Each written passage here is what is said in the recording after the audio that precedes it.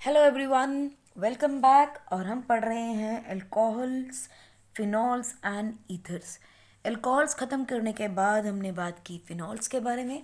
उसकी प्रेपरेशन देखी हमने, from haloarenes, benzene sulphonic acid, diazonium salt, cumene and by the decarboxylation of salicylic acid.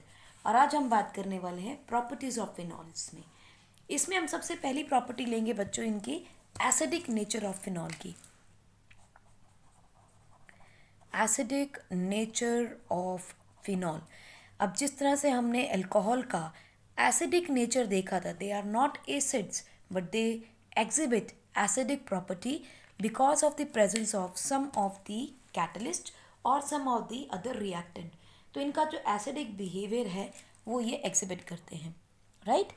आज हम बात करेंगे एसिडिक नेचर ऑफ फिनॉल की। अगर आपको याद हो, मैंने आपको एक सीरीज़ कराई थी एसिडिक स्ट्रेंथ के ऊपर। हमने कहा था सबसे पहले carboxylic acid, then we have phenols, then methanol,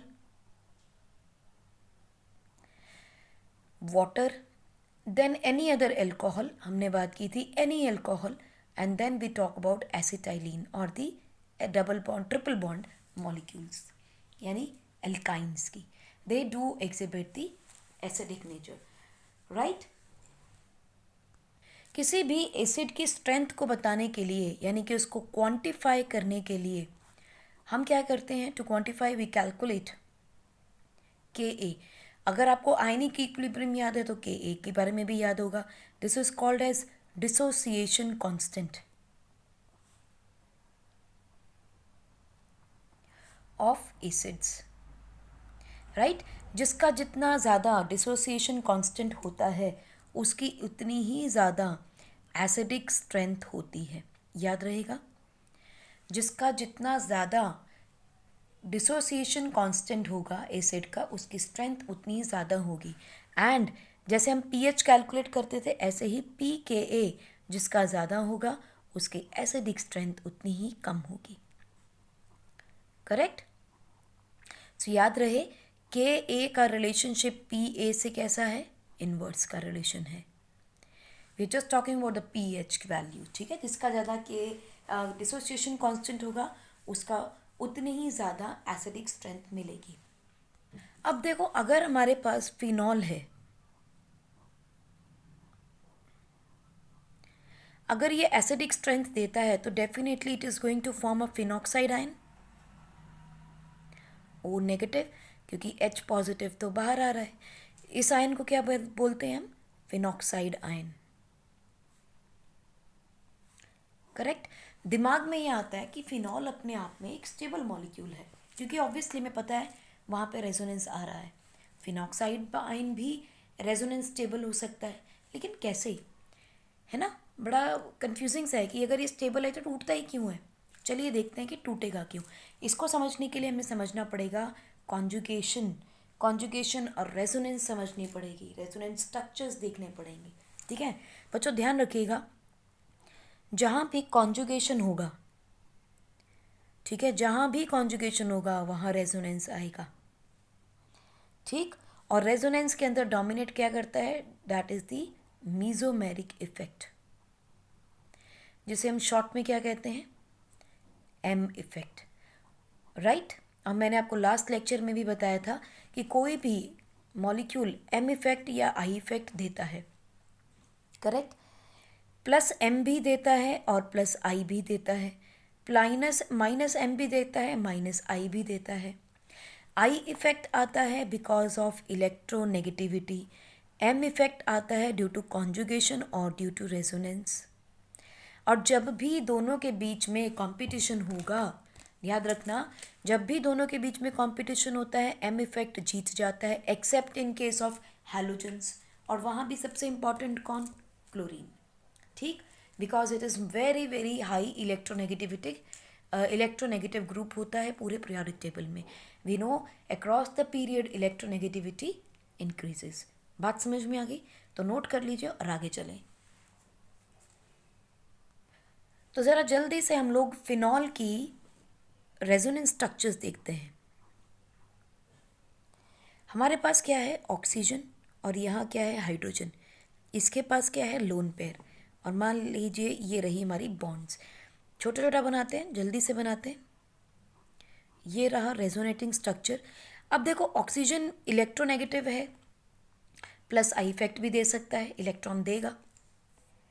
at the same time resonance है, उस वजह से प्लस एम भी देगा। देखो कैसे, रेजोनेंस का मतलब होता है कि जब कोई भी इलेक्ट्रोनेगेटिव एलिमेंट, अब देखो ऑक्सीजन बीइंग इलेक्ट्रोनेगेटिव आपको माइनस आई इफेक्ट देगा क्योंकि इलेक्ट्रॉन लेना चाहेगा, कार्बन से ज़्यादा कैसा है, इलेक्ट्रोनेगेटिव है।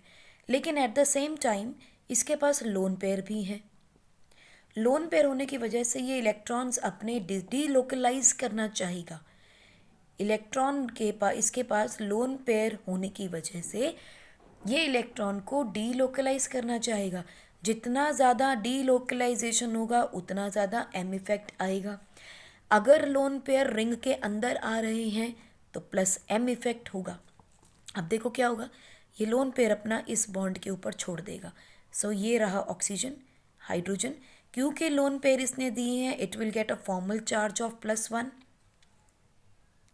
ठीक, और क्योंकि यहाँ पे इलेक्ट्रॉन डेंसिटी बढ़ रही है, इस पे नेगेटिव चार्ज आ जाएगा यहाँ पे।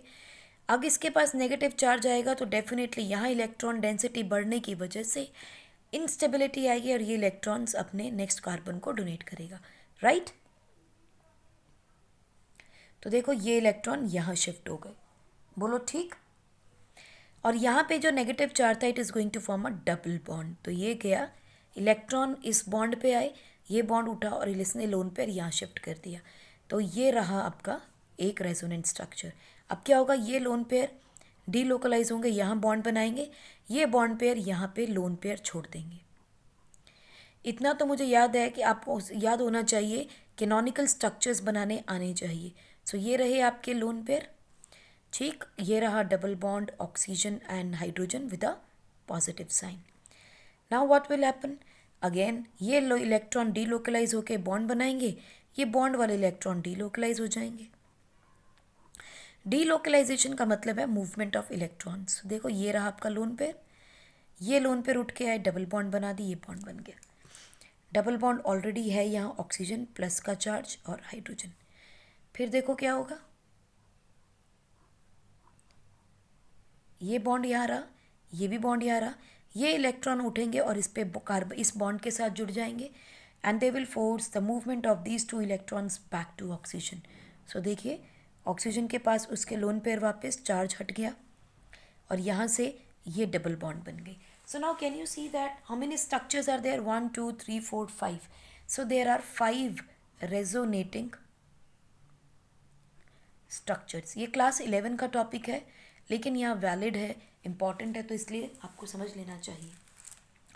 ये रहा फिनॉल, फिनॉल के canonical structures and charge separation, ठीक। अब हम चलते हैं फिनॉक्साइड आयन के पास। फिनॉक्साइड आयन के पास क्या हो रहा है, ये देखो, इसके पास ऑलरेडी डबल ट्रिपल बॉन्ड है, single bond oxygen and a negative charge is there, बोलो ठीक।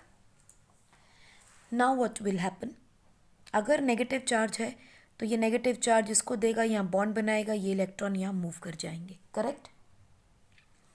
इलेक्ट्रॉन मूव कर गए, चलिए इलेक्ट्रॉन मूव करेंगे तो यहाँ एक नेगेटिव चार्ज आ जाएगा, यहाँ डबल बॉन्ड। अब इसके पर प्लस चार्ज नहीं आएगा, क्यों, क्योंकि इसने एक नेगेटिव चार्ज से बॉन्ड बनाई, यानी इसके पास अपने लोन पेयर से ज़्यादा इलेक्ट्रॉन थे। देखो लोन पेयर तो वहीं के वहीं हैं, अभी भी हैं लोन पेयर तो, लेकिन एक नेगेटिव चार्ज था उसके ऊपर हाइड्रोजन के जाने के बाद। तो फिनॉक्साइड आयन के अंदर ये नेगेटिव चार्ज मूव किया इधर और ये बॉन्ड ने नेगेटिव चार्ज यहाँ डिस्पर्स कर दिया, ठीक। Again there is a dispersion of the electrons, delocalisation of electron. अब क्या होगा, ये नेगेटिव चार्ज यहाँ बॉन्ड बनाएगा, ये इलेक्ट्रॉन इस कार्बन पे मूव कर जाएंगे। सो यहाँ नेगेटिव चार्ज आ गया, ये डबल बॉन्ड हो गई, ये डबल बॉन्ड हो गया विदाउट एनी चार्ज, बोलो ठीक। नेक्स्ट क्या हो गया, ये देखो, ये बॉन्ड वहीं का वहीं रहा, ये इलेक्ट्रॉन्स यहाँ मूव किए, ये बॉन्ड पेयर के इलेक्ट्रॉन्स यहाँ आ गए। आप चाहो तो यहाँ लोन पेयर भी बना सकते हो, चलेगा, नो प्रॉब्लम। आप चाहो तो माइनस साइन दे दो, माइनस साइन एक साइन बॉन्ड का मतलब 2 इलेक्ट्रॉन, चाहे तो आप लोन पेयर दे दो, does not make any difference. Similarly यहाँ पर भी। तो ये बॉन्ड बन गई डबल बॉन्ड O। एक और रेजोनेटिंग स्ट्रक्चर बना लेते हैं। ये बॉन्ड ये इलेक्ट्रॉन यहाँ मूव किए, इन इलेक्ट्रॉन्स को वापस भेज दिया। तो देखिए ये इलेक्ट्रॉन, ये नेगेटिव चार्ज, कुछ भी नहीं हो रहा। ऑक्सीजन के ऊपर से चार्ज हट गया, सारा का सारा डीलोकलाइज हो गया बेंजीन की रिंग के अंदर। यहाँ भी कितने स्ट्रक्चर्स हैं resonating structures? 5 resonating structures in case of phenoxide ion. अभी देखिए रेजोनेंस स्टेबिलिटी में क्या डिफरेंस है। अगर मैं ये कहूँ रेजोनेंस है, इसमें भी है इसमें भी है। अगर मैं कहूँ इसके रेजोनेटिंग स्ट्रक्चर 5 बनते हैं तो बोलते हैं इसके भी 5 बनते हैं। तो दिक्कत कहाँ आ रही है बच्चों? जब भी रेजोनेंस स्टेबिलिटी देखते हैं हमें कुछ फैक्टर्स को ध्यान में रखना होता है। क्या क्या फैक्टर्स ध्यान में रखने हैं?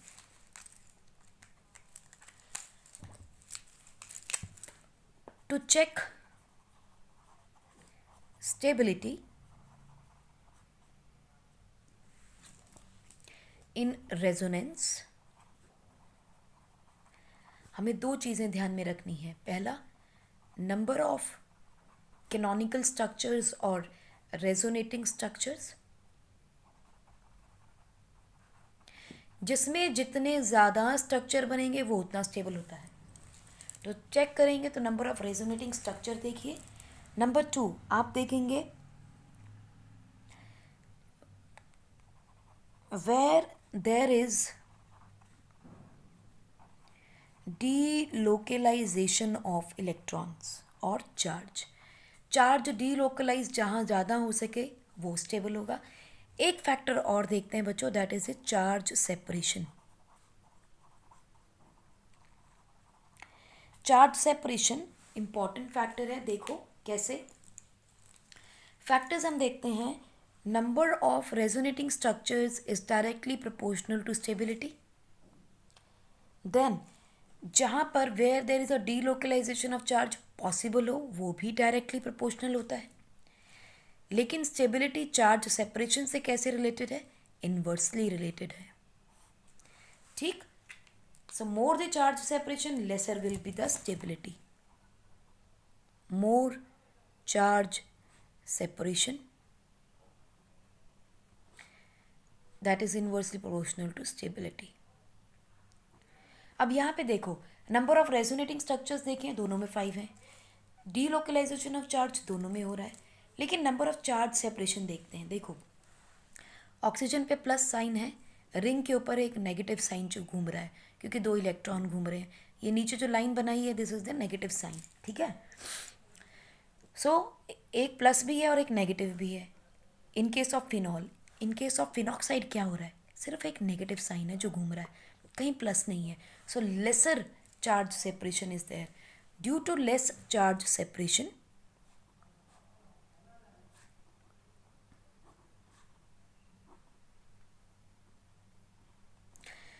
phenoxide ion is more stable than phenol। Neutral molecule होने के बावजूद फिनॉक्साइड आयन स्टेबल मॉलिक्यूल बन रहा है, स्टेबल आयन बन रहा है, इसीलिए उसकी फॉर्मेशन आसान है। राइट। बड़ा इंपॉर्टेंट है बच्चों, ये कई बार क्वेश्चन की फॉर्म में भी आ जाता है। Just you can write down that why phenol is less stable, या फिर ये भी लिखा जाता है कि phenol we can say why phenol forms phenoxide ion even being resonant stable, even being resonance stable। तो देखिए घूम फिर के यही आ रहा है कि जिसकी स्टेबिलिटी ज़्यादा होगी वही बन जाएगा। तो फिनॉक्साइड आयन की स्टेबिलिटी ज़्यादा है, इसीलिए फिनॉल फिनॉक्साइड आयन बनाता है और इसी वजह से ये अपनी एसिडिक नेचर भी देता है। तो क्वेश्चन बड़ी तरह से आ सकता है और ये क्वेश्चन आपका रीजन एजर्शन में भी आ सकता है that phenol shows acidic property because this is the statement. Reason क्या होगा? Because phenoxide ion is more resonance stable than phenol. Correct. तो ये आंसर हो जाएगा A, that it is the correct statement and the correct reason for the statement और the assertion.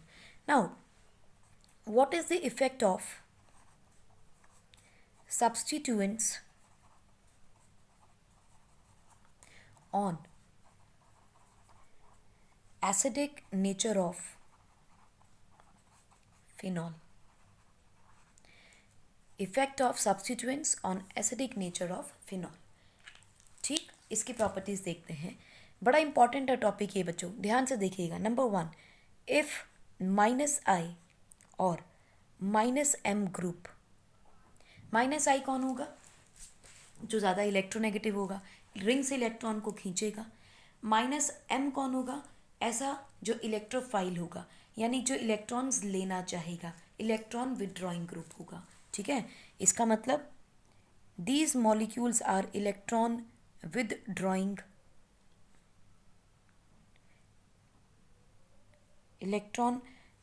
Groups. हम इसे बार बार इलेक्ट्रॉन विदड्रॉइंग ग्रुप नहीं लिखेंगे, so we are going to use electron withdrawing group, EWG group. ठीक है, EWG group कौन होते हैं? Most of the time they are Lewis acid. बच्चों, ऑर्गेनिक केमिस्ट्री के अंदर जो आयनिक इक्विलिब्रियम का लुईस एसिड, लुईस बेस हमने पढ़ा था, वो ही 99% यूज़ होगा. ब्रॉन्स्टेड लॉरी कॉन्सेप्ट बहुत कम यूज़ होने वाला है. सो मेक श्योर आपको लुईस एसिड, लुईस बेस का कॉन्सेप्ट दिमाग में रहे. ठीक है जी. सो जितने भी इलेक्ट्रॉन विदड्रॉइंग ग्रुप हैं, they always are the Lewis acid. ठीक है. सो आपके पास जो इफेक्ट मिलेगा वो क्या होगा? देखो, हमारे पास OH फिनॉल है. इस फिनॉल के साथ लेटर से कोई हैलोजन लगा है, राइट? इसमें क्या होने वाला है? हैलोजन की वजह से जो इलेक्ट्रॉन्स होंगे, ये फिनॉक्साइड आयन बनाएगा नेगेटिव, प्लस एक H पॉजिटिव बनाएगा. और ये X क्या करेगा? देखो, X की वजह से क्या होगा? ये एक इलेक्ट्रॉन विदड्रॉइंग ग्रुप है, फिनॉक्साइड को और स्टेबल बनाएगा. फिनॉक्साइड ने अपना बॉन्ड यहाँ देना है, इलेक्ट्रॉन यहाँ बनाएगा, डबल बॉन्ड बनाएगा. यहाँ की डबल बॉन्ड उठ के इसके पास पहुँच जाएगी, rather than moving in the ring. वो अपने पास ले लेगा क्योंकि वो इलेक्ट्रॉन विदड्रॉइंग ग्रुप है. So it is going to make it more stable, right? So X जो है, it causes the delocalisation of electron. X से यहाँ हैलोजन नहीं है, मतलब X is any electron withdrawing group. And electron withdrawing group जो है, they causes delocalisation of electron, यानी कि इलेक्ट्रॉन को मोबाइल रखते हैं, घुमाए रखेंगे फिरकी की तरह, अपनी तरफ खींचेंगे, कभी रिंग में डालेंगे. सो लाइक देखो, आप लोग जब काउच के ऊपर बैठे रहते हो, फिल्म देखते रहते हो, पढ़ते नहीं हो, ठीक है, यू आर लोकलाइज्ड. लेकिन आप ज़रा घर के अंदर अपने बाकी मेंबर्स को देखो, फादर को देखो, ही इज़ मूविंग आउट. छोटे बच्चे को देखो, वो खाना खाएगा और कूदता रहेगा, ठीक है, क्योंकि ही और she is going to spend a lot of energy. They are always delocalise. लेकिन जितने बड़े बड़े होते रहेंगे उतने आप एक ही जगह बैठे रहोगे. This is called as localisation. So delocalisation का मतलब है इलेक्ट्रॉन्स को घुमाते रहना. ठीक है, इलेक्ट्रॉन विदड्रॉइंग ग्रुप खींचते हैं इलेक्ट्रॉन को अपनी तरफ. As a result they causes delocalization, right? So ज़रा जल्दी से नोट कर लीजिए, फिर हम आगे चलते हैं. So if an electron withdrawing group is on ortho or para position, like ortho या फिर पैरा पोजिशन पर हो, then inductive effect and mesomeric effect is more, right? Similarly, if an electron donating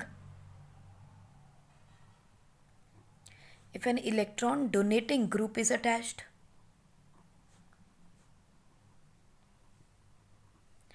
that is going to give us plus I effect या फिर plus M effect. ठीक, और ये क्या करते हैं सारे? दे डिक्रीज एसिडिक नेचर, क्योंकि वो H पॉजिटिव को जाने ही नहीं देंगे.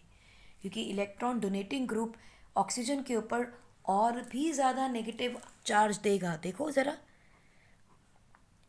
अगर मुझे फिनॉक्साइड आयन बनाना है और H पॉजिटिव को निकालना है, तो मान लीजिए यहाँ पर कोई इलेक्ट्रॉन डोनेटिंग ग्रुप लगा है, तो ये इसके ऊपर चार्ज डेंसिटी को बढ़ा देगा।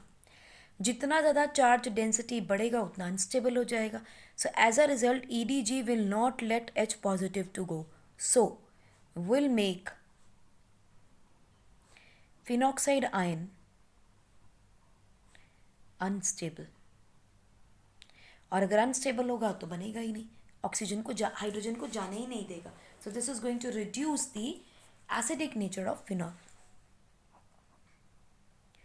जैसे आप देखोगे, एग्जाम्पल देखो, OH या OCH3 या NH2, ये कैसे हैं जिनके पास लोन पेयर पड़े हैं? देखो, नेगेटिव साइन भी है, यानी इलेक्ट्रॉन ग्रुप के अंदर डालेंगे। ठीक, जो इलेक्ट्रॉन ग्रुप के अंदर डालेंगे वो क्या होते हैं? न्यूक्लियोफाइल होते हैं। सो अगर जितने भी न्यूक्लियोफाइल कनेक्टेड होंगे वो क्या करेंगे? वो इलेक्ट्रॉन को देना शुरू कर देंगे because of plus M effect. ये लोन पेयर देना शुरू कर देगा अपना अंदर, ठीक है, because of plus M effect. आपके इसके जो रिंग होगी उसको अनस्टेबल बना देंगे, राइट। चलिए एक एग्जाम्पल देखते हैं, समझ में आ जाएगी चीज़ें।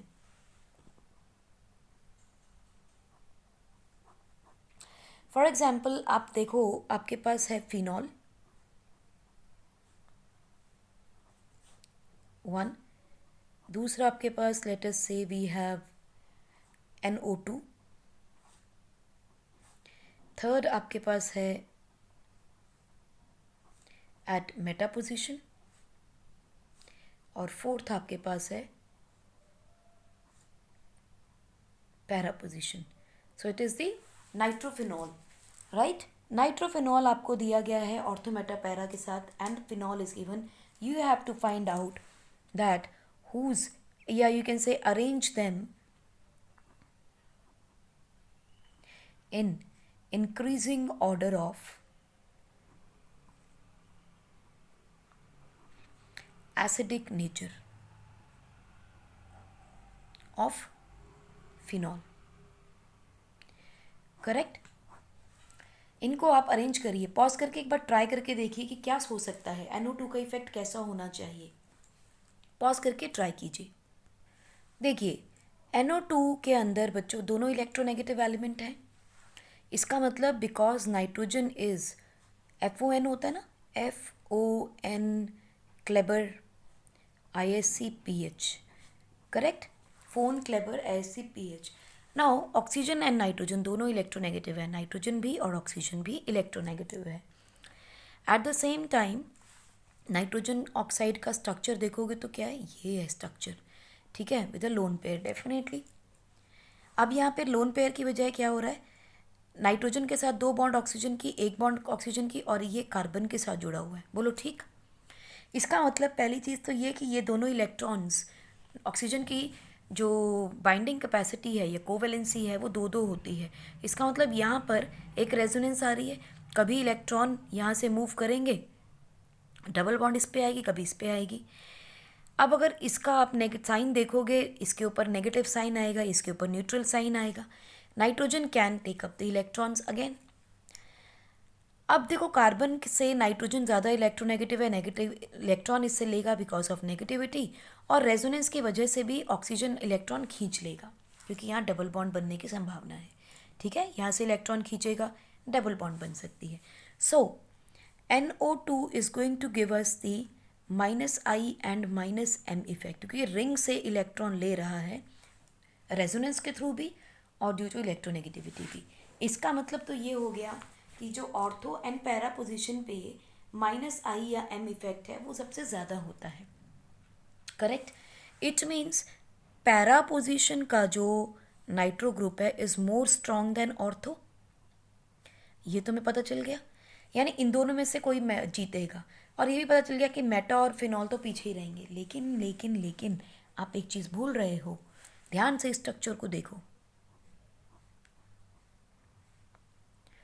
OHN double bond O single bond O, nitrogen and hydrogen are very close to one another, ठीक है, ऑर्थो पोजिशन पे। As a result there is a formation of hydrogen bond. अगर हाइड्रोजन बॉन्ड बन गया तो ये हाइड्रोजन को निकलने नहीं देगा। एज अ रिजल्ट हमारे पास पहला ऑर्डर तो ये हो गया कि डी जो है, फोर्थ पार्ट जो है सबसे ज़्यादा स्ट्रांग होगा। ये भी कंफर्म हो गया कि वन जो है सबसे ज़्यादा वीक होगा। फाइट किस में? सेकेंड और थर्ड में।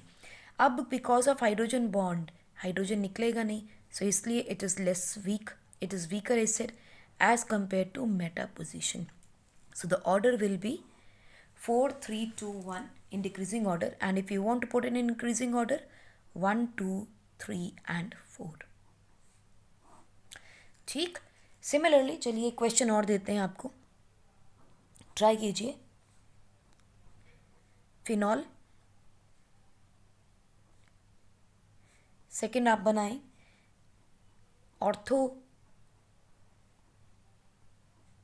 Methyl phenol, meta phenyl ethyl phenol, meta methyl phenol, या ऑर्थोटोलिन, टोलिन भी बोल सकते हैं इसको, ऑर्थो हाइड्रोक्सीटोलिन भी बोल सकते हैं।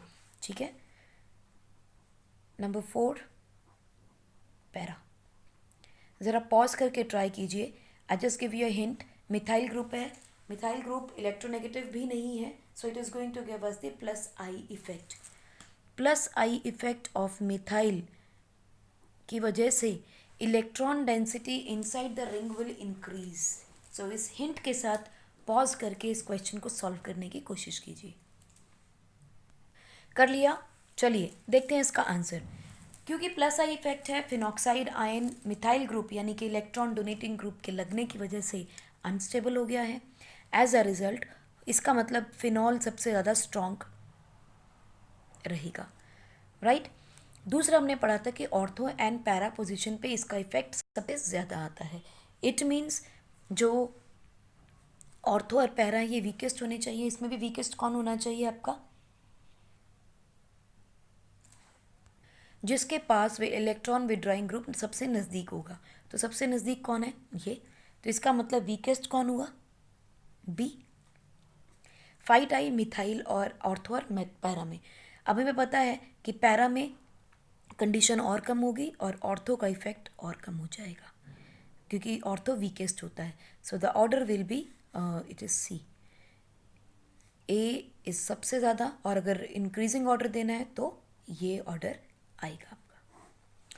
ठीक है बच्चों, ध्यान रखना कि दिमाग में कन्फ्यूजन आती है मेटा पोजीशन और पैरा पोजीशन को लेके। यहाँ पर हमें ये मालूम है कि ये नज़दीक है सबसे, ये उससे नज़दीक है, ये सबसे दूर है, तो दिमाग में ये आता है ये स्ट्रांग होना चाहिए, है ना, दिमाग में यही आता है। लेकिन आप ध्यान रखें ऑर्थो और मेटा पोजीशन पे plus I plus M effect minus I minus M effect का असर ज़्यादा होता है as compare to meta position. इसीलिए सी और डी में से D will be the weaker one as compare to methyl on meta position. Note कर लीजिए, फिर हम आगे चलते हैं। एक क्वेश्चन आपको देते हैं, ट्राई करके देखें। You have phenol with methyl group at para position. Number 2, you have methoxy group at para position. Then you have nitro group at para position.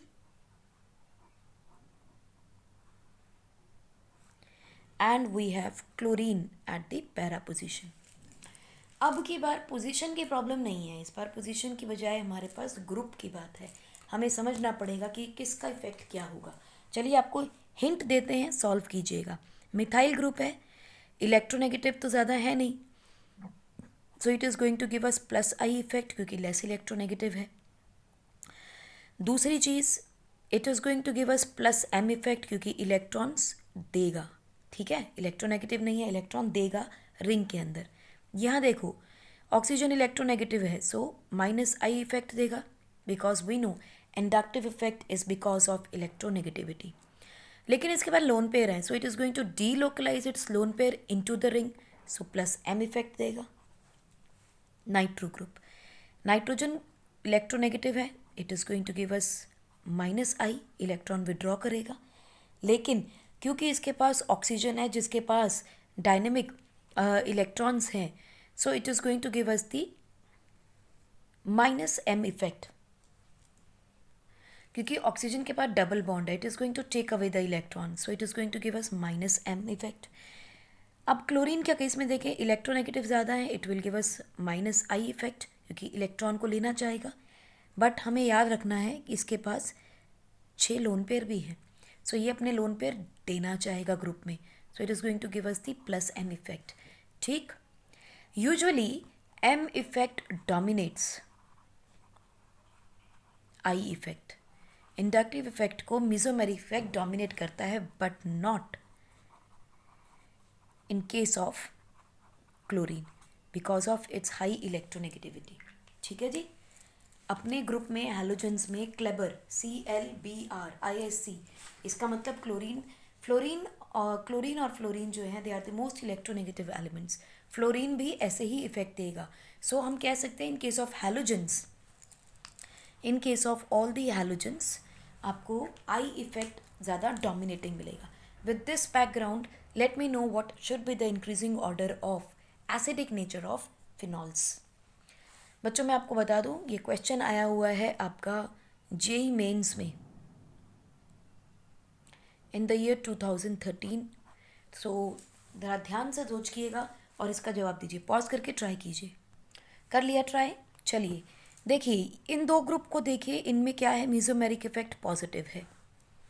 इन दोनों में क्या है, पॉजिटिव भी और नेगेटिव भी है, बट इसमें आई डोमिनेट करता है, यानी इलेक्ट्रॉन विड्रॉ कर रहा है। कोई भी ऐसा ग्रुप लगा हो जो इलेक्ट्रॉन विड्रॉइंग है, वो फिनॉक्साइड आयन को स्टेबलाइज करेगा। इसका मतलब इसमें आई डोमिनेट कर रहा है, इलेक्ट्रॉन बाहर आ रहा है। ठीक, इसके अंदर भी बाहर आ रहा है, इसमें दोनों ही नेगेटिव हैं।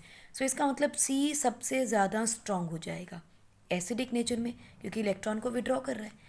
दूसरा क्या है, क्लोरीन, क्योंकि इसके पास माइनस आई भी है प्लस एम भी है, ऑल्दो इसके अंदर माइनस आई डोमिनेट करता है, इसलिए डी इससे थोड़ा कम होगा। अब फाइट आती है इन दो के बीच में। इन दो में आप ध्यान से देखोगे, इसमें प्लस आई है प्लस एम है, यानी कि ये दोनों क्या कर रहे हैं, इलेक्ट्रॉन को डोनेट कर रहे हैं, दे रहे हैं, उसके अंदर डाल रहे हैं। इसके अंदर क्या है, प्लस एम इफेक्ट है, ये भी इलेक्ट्रॉन दे रहा है, और ये माइनस आई इफेक्ट है, ले रहा है। अब हमें पता है अमंग माइनस एम हो या आई हो, उसमें M effect is more dominate. हमें देखना है दोनों में एम इफेक्ट किसका स्ट्रॉन्ग होगा। करेक्ट, यानी कि जो इलेक्ट्रॉन ज़्यादा देगा। अब इलेक्ट्रॉन देने की कैपेसिटी ऑक्सीजन की ज़्यादा होगी according to mesomeric effect because of its lone pair. So effect M effect of oxygen is more than that of carbon. Why so? Because of lone pair. Therefore, A is a stronger acid than B. बात समझ में आ गई? Oxygen के पास loan pair है, वो electron देगा ring के अंदर, डीलोकलाइजेशन करेगा as compare to methyl group. It's a weaker electron donating group than methoxy, so it is going to destabilize or the ring oxide phenoxide ring. As a result, the acidic nature will decreasing order में ये हो जाएगा, और increasing order में you'll get B is less least है, then A, then D, and then C is the strongest one. So this is the increasing order.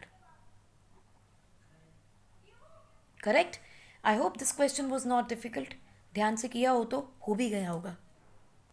सो चलिए देखते हैं कि फिनॉल अगर मेटल्स के साथ रिएक्ट करेगा तो क्या होगा। प्रॉपर्टीज़ देख रहे हैं, फिनॉल्स रिएक्ट्स विद मेटल। अब फिनॉल यहाँ पर एसिडिक कैरेक्टर दे रहा है बच्चों, ठीक है। तो अगर हम फिनॉल की मेटल से रिएक्ट करेंगे तो आपको बेसिक अगर याद हो, any acid when reacts with a metal with any metal, let us से वी टेक सोडियम, तो क्या बनता है, वी विल गेट, यहाँ पे तो बहुत सिंपल सा रिएक्शन है, देखो H पॉजिटिव बाहर आएगा, Na अंदर चला जाएगा, सो you will gate ONa plus H। अब यहाँ पे देखो, दो फिनॉक्साइड लगाओगे, दो निकालोगे, ये दो बनेंगे, ये हाइड्रोजन गैस। तो अब याद आ गया होगा आपको, एनी एल्कोहल और any acid reacts with metal liberates hydrogen gas. Any acid or a base reacting with metal gives us the hydrogen gas. Correct. Simple reaction है, इसमें कुछ भी ज़्यादा हाई फाई नहीं है. दूसरा आप देखोगे reaction with alkalis. Phenol with alkalis. अब आपको याद हो एल्कोहल्स का जब मैंने आपको बताया था एल्कलीज के साथ, तब हमने क्या कहा था? There is no reaction. अगर हम एल्कोहल्स की रिएक्शन करते हैं विद NaOH तो यहाँ हमने क्या कहा था? No reaction, aqueous NaOH. ठीक. Why so? Because alcohols are weaker acids than water. Water का डाइलेक्ट्रिक कांस्टेंट ज़्यादा है, वो H पॉजिटिव दे देगा अपना रादर देन एल्कोहल से लेने के, इसलिए H पॉजिटिव निकल ही नहीं पाता एल्कोहल से. लेकिन अगर आप यही रिएक्शन मीथेनॉल के साथ कर रहे थे तो हमें मालूम है methanol is a stronger acid than water, तो वो अपना H पॉजिटिव दे देगा. So you will get CH3CH3ONA plus you will get water. Sodium methoxide बन जाएगा, वाटर निकल जाएगा. फिनॉल के केस में क्या था? It is even stronger than methanol. तो फिनॉल की रिएक्शन जब हमने किसी भी एक्वस NaOH के साथ या एक्वस KOH के साथ करोगे, दोनों के दोनों एल्कलीज हैं, वाटर सॉल्युबल बेसिस. बेसिक याद रखना बच्चों, what are alkalis? Water soluble bases are called as alkalis. तो क्या बनेगा? एक सॉल्ट बन जाएगा और वाटर मिलेगा, क्योंकि ये एसिड है, ये बेस है, राइट. दोनों रिएक्ट करेंगे तो न्यूट्रलाइजेशन रिएक्शन हो रही है. So will get sodium phenoxide.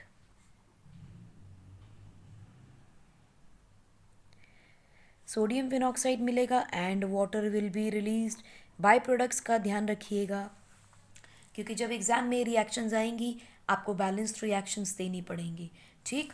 सो यहाँ पे देखिए H2O, इसका H, दो H2 हो गए, एक O निकल गया और एक Na के साथ जुड़ गया O. So you get sodium phenoxide. ठीक. सो ध्यान रखिए क्वेश्चन ये आता है अक्सर. इसमें क्वेश्चन क्या बनता है? क्वेश्चन लिखिए. Question, alcohols do not react with alkalis, but phenols